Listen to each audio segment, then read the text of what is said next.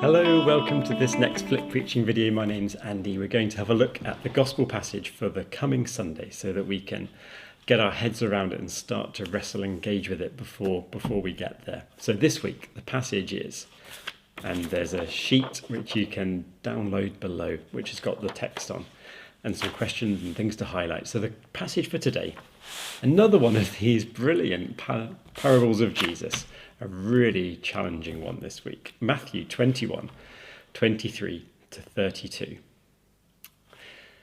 So it's one of these really, really difficult parables. It only occurs in Matthew, this one.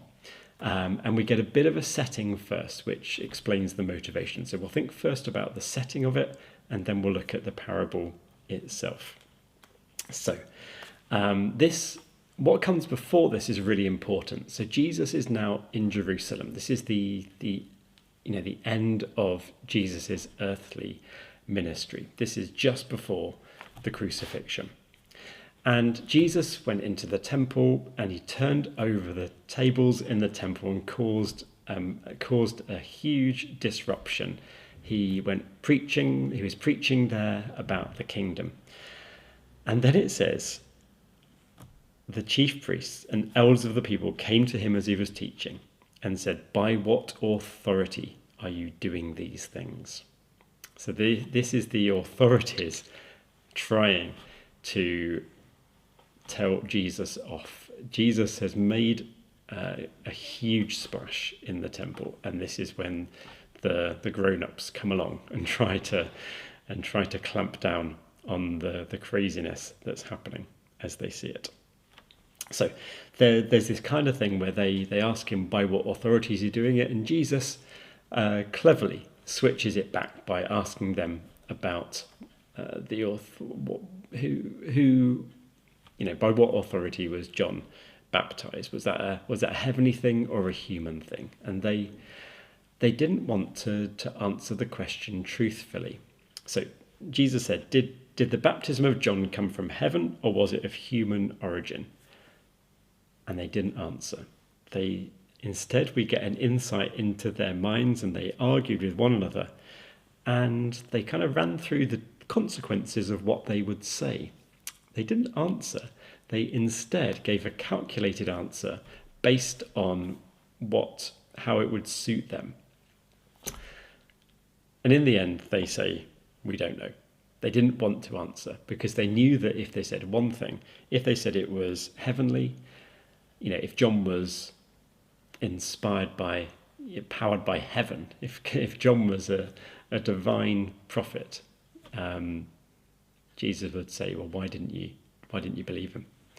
And if they said he was just a person, if he was just a human, they were afraid of what the crowd would say, because the crowd recognized that something new, something divine was happening through John the Baptist. So with this brilliant sort of switch around, Jesus manages to reveal that these religious leaders, let's not forget who they are. These are people who are in charge of representing God to the people, to the God's nation, actually, to Israel. These are the people who were responsible for relaying what God was like to the people. They refused to go there. They refused to answer the question. Instead, they were just interested in their own self-preservation.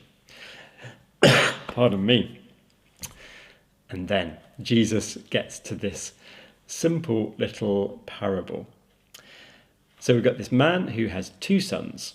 He asked the first one to go to work in his vineyard, and the son says yes, but then doesn't go.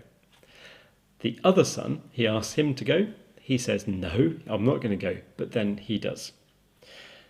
And Jesus asks these religious authorities, which one did the will of his father? And they have to recognize at that point that the one who actually goes and does the work was the one who did what the father wanted.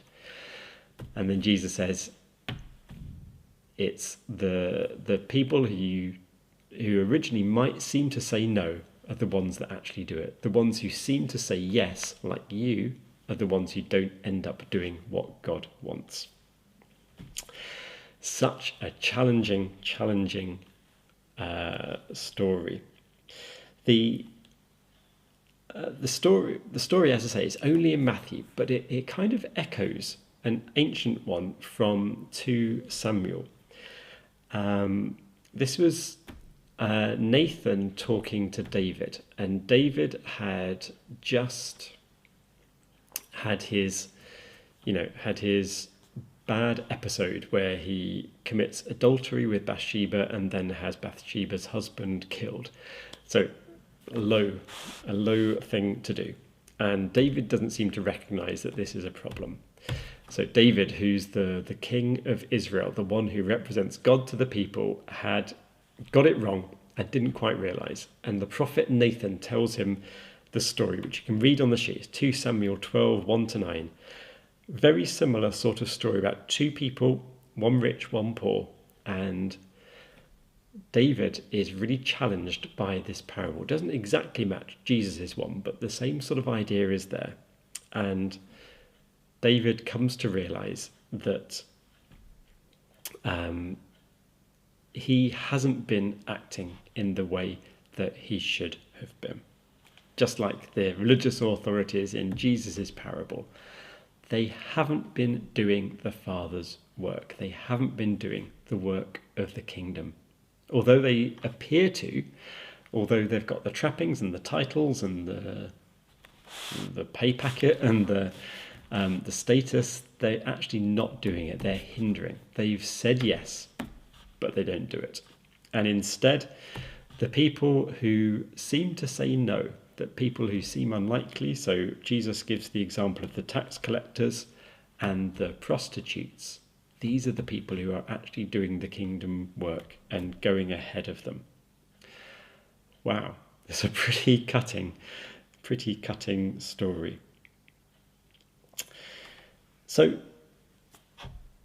what does this mean for us? What does this mean for us? It's got all kinds of ramifications. It's about what we, whether we actually do the kingdom work of God. It's not about our appearances. It's about what we actually do. It's not about our status or our standing. It's not about our positions. It's about whether we actually get down and do the work of the kingdom. And it's easy to slip into thinking that having the status position is doing the work when it isn't necessarily. The two can go together. I mean, that's the best thing, to say that you are going to go do the work and actually go and do it. That's the ideal. But for those of us who have status and power and authority, it's really important that we don't get caught up in thinking that that's enough. We've got to actually do the work of healing and restoring and preaching and bringing God to bear, the real God to bear in the world. See the work of God emerging wherever it does. The kingdom is full of surprises. We need to be ready for seeing the people doing the work who we don't expect to. The ones who appear to have said no, actually may well be doing the stuff. And that's really amazing. It's really liberating. So let's have eyes that are open to people who are doing the work of God, even though it doesn't necessarily appear within our framework, the way that we would want it to be. There's not a lot to say really about this because it's such a simple parable. It's one that we need to think through and work on ourselves. But there aren't many layers to this. It's just a straightforward, doesn't matter what you say, it's about what you do. So a few questions to chew over. So firstly, the temple authorities, these religious leaders, they were unwilling to consider what the truth actually was. They were just worried about the repercussions to their answers. Are we ever guilty of that? Playing it safe, being political. One of the commentaries on Matthew that I use each week, one of my favourite ones, is by a man called Hare. I can't remember his first name actually. It was written in 1993, so it's not an ancient one, not a modern one, but it's a really good one. And he said this, and I want to quote this because I think it's really gets to the point. How easily church work degenerates into little more than simply maintaining the institution, with no excitement, concerning what God's active grace is doing, and consequently no enthusiasm for evangelism and renewal.